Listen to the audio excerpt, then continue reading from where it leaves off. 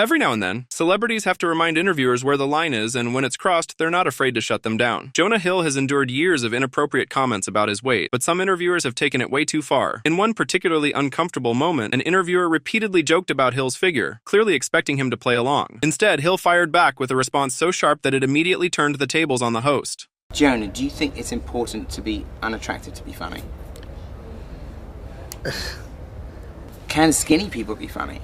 What the man? You know, I don't understand. Can you just ask a normal question? Are you the fat guy in Hollywood still, or is everybody like look at you and they're like, oh wow, you know, this is great, now you're healthy? Do you have any other questions that are smart? But when Jonah Hill finally got in shape and the comments about his weight stopped, Jimmy Kimmel hit him with a different disrespectful comment that left him speechless.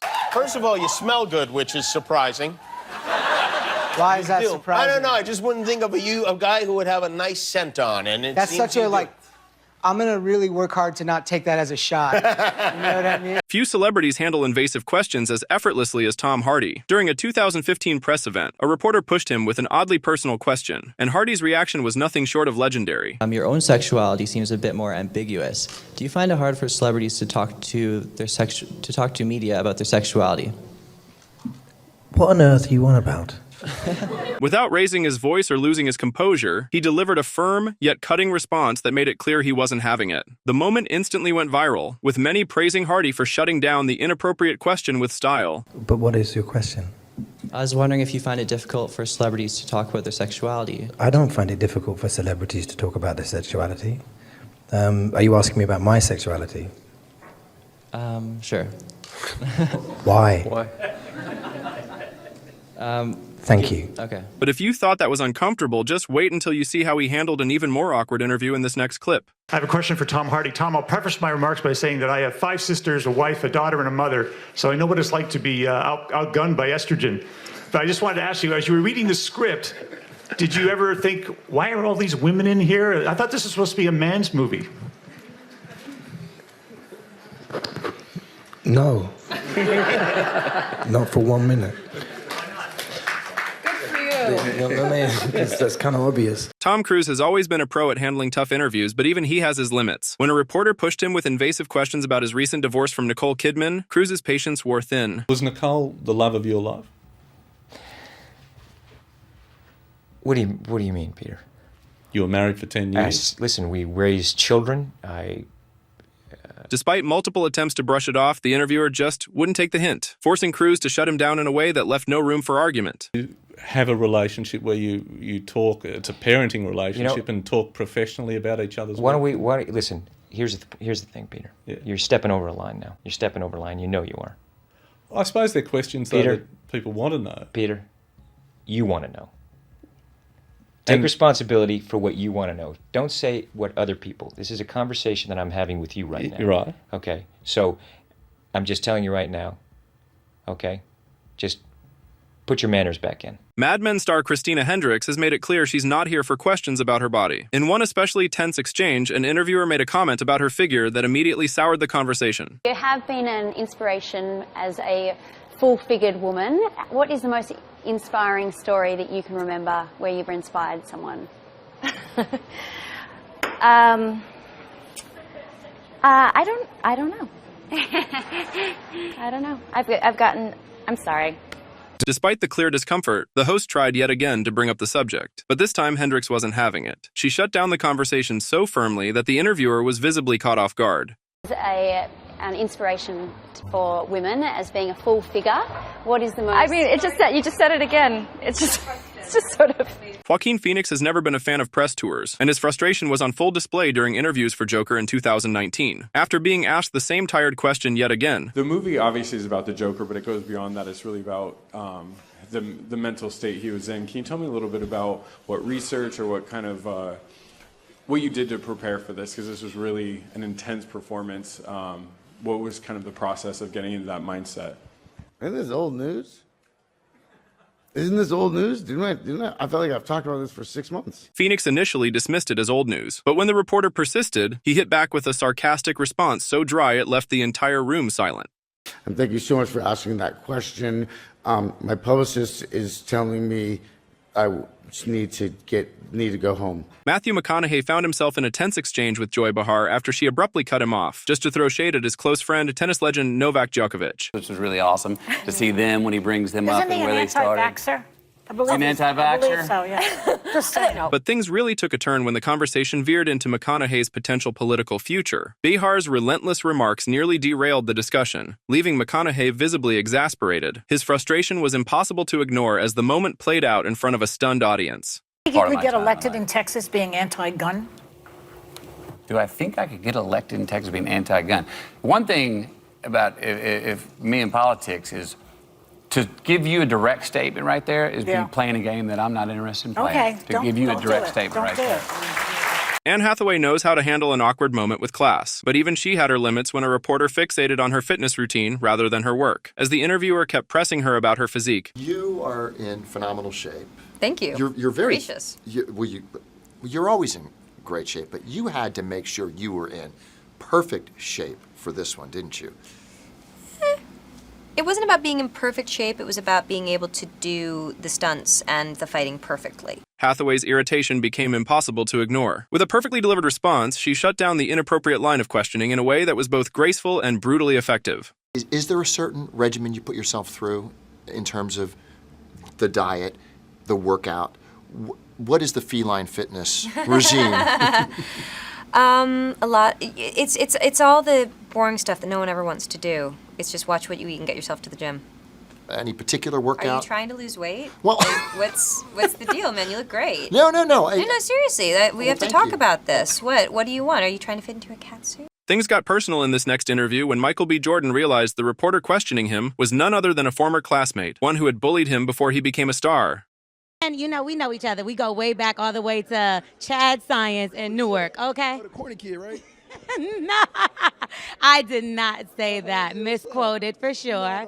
No, you did not hear me say. I said we used to make fun of the name. But yeah, he is obviously killing things out here. The moment was already tense, but things only got more uncomfortable when Jordan's Creed 3 co-star Jonathan Majors arrived, and the interviewer quickly made him uneasy too. Isn't this the sexiest man show off right here? Who's the sexiest man? Because now This next clip is pure secondhand embarrassment. A reporter awkwardly flirts with Megan Fox mid-interview, clearly expecting her to play along. But Fox wasn't having it. With visible discomfort, she swiftly shut him down, leaving him scrambling to recover. I don't know if there's I don't know if there's a man alive who's not in love with you in some way.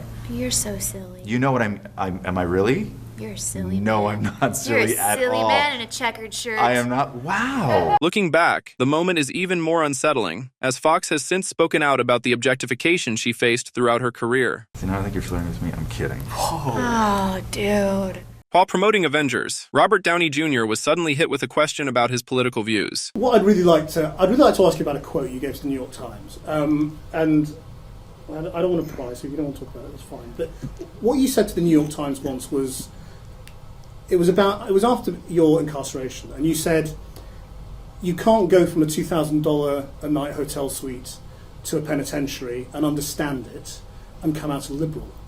Does that mean you're not a liberal, or that you came out of prison not being liberal? Are we promoting a movie? At first, he remained calm, but when Guru Murthy started prying into his personal life, Downey Jr. snapped. The tension skyrocketed, and moments later, RDJ walked out. You've talked in other interviews again about your relationship with your father and the role of all of that in the dark periods you entered and taking drugs and drinking and all of that. And I just wondered whether you think you're free of all of that, or whether that's still something... I'm sorry, I really don't... what are we doing? Well, I'm just asking questions, that's all. Right. Okay, that's okay. Bye. Thank you, guys. I'm sorry. Take your mic. It's okay. Yeah, you're right. Thank you. Yeah. You seem okay. It's just getting a little dinosaur in your... No, look, I don't want to do that. Later blasting the interviewer as a bottom feeder for trying to push a creepy, dark agenda. Matt Lauer's inappropriate exchange with Sandra Bullock back in 2009 is downright cringeworthy. While discussing the proposal, in which she had a nude scene, Lauer made comments that sparked immediate backlash. The major thing that's changed since you were here last? Yes. I have now seen you naked. And I'm so sorry about that. I have seen you naked. Were you able to sleep afterwards? Why are you looking down? But things got even worse years later when allegations of sexual misconduct against Lauer surfaced in 2017, leading to his swift and disgraceful exit from NBC News. I watched it last night. It is a lot of fun. Did I mention you have a nude scene in this movie? Pretty much from the time you opened your mouth. Yeah. Sandra Bullock. Come back more often. No, not after this interview. Gordon Ramsay has never been one to hold back, and when a journalist tried to catch him off guard, he fired back hard. The reporter ambushed him with photos of a supposedly disappointing steak from one of his restaurants. It's really weird for you to give me a piece of paper, and when you say, am I satisfied that it's a good steak, you have to be a little bit more honest with me on that one. What are you trying to get at? But Ramsay wasn't about to let that slide. Not only did he expose the underhanded move, but he also delivered a scathing lecture on why ordering a steak well done is a culinary crime. But you asked for the steak to be cooked well done. And is that a well done steak? Oh, come on. What is this? I mean, where can you, I mean, keep on rolling. For legal reasons, this is absolutely crucial. But how sad is this, that you asked for a steak to be cooked well done, okay? Now, whatever quality of beef it is, it's gone past any form of taste when you've cooked it well done. So you present me with a picture, God bless you, and you say, is that right? I don't eat steak well done. That's your prerogative because you're the customer. But unfortunately, you're never going to identify the quality of a beef when the steak is well cooked.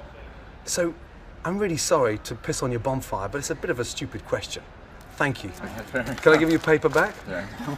Oh my God. Thank you very much. Some celebrity interviews are awkward, but Jim Carrey's bizarre 2017 exchange at New York Fashion Week might just take the cake. Instead of playing along with the usual red carpet questions, Carrey launched into an off-the-wall rant that left the reporter scrambling for words. There's no meaning to any of this, so I wanted to find the most meaningless thing that I could come to and join, and here I am.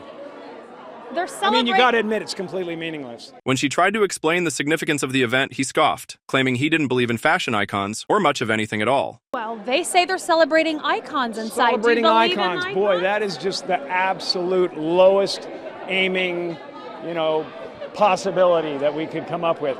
It's like icons. Do you believe in icons? I don't believe in personalities. I don't believe that you exist. Later, Carrey revealed that his strange behavior was the result of an intense existential crisis that had him questioning everything that year. There is no me. There's no you. No. We're not here. This is a dream? There's just things happening. And there are clusters of tetrahedrons moving around together. Okay. Yeah. So what's happening in our world right now? Because there is a lot of news that actually is relevant that's not that Here's uplifting. the thing. It's not our world. None of That's this the is key. real? Nope.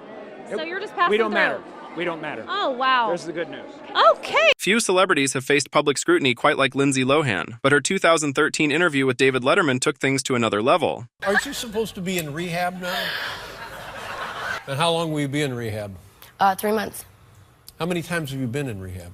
Several. And how will this time be different? What are they rehabbing, first of all? What is on their list? What are they going to work on when you walk through the door? We didn't discuss this in the pre-interview. No. Lohan had come on the show to promote her latest movie, but Letterman couldn't resist bringing up her personal and legal troubles, turning the conversation into a cringe-worthy spectacle. Lohan was promoting her new movie at the show, but instead she found Letterman desperately trying to make fun of her as he kept making cutting jokes at her expense. You have to be in rehab May 2nd. Are you going to be there? You'll be there, right? Who's taking you to rehab? You don't want to talk about that either, right? Oh, God. When you go to the rehab, what do they do? We're here for a movie. We have to what? Let's stay on the positive. Oh, aside from that side of the positive. Yeah. All right. Come on now. Lohan struggled to maintain her composure, her voice shaking as she desperately tried to steer the interview back on track. No, but I don't want people to think that I'm making a joke of that. No, you shouldn't make a joke I'm not. because this could be good for you. It will be good for you. Yeah, it will. Yeah. Have you been to this place? No, it's not like a joking matter. No.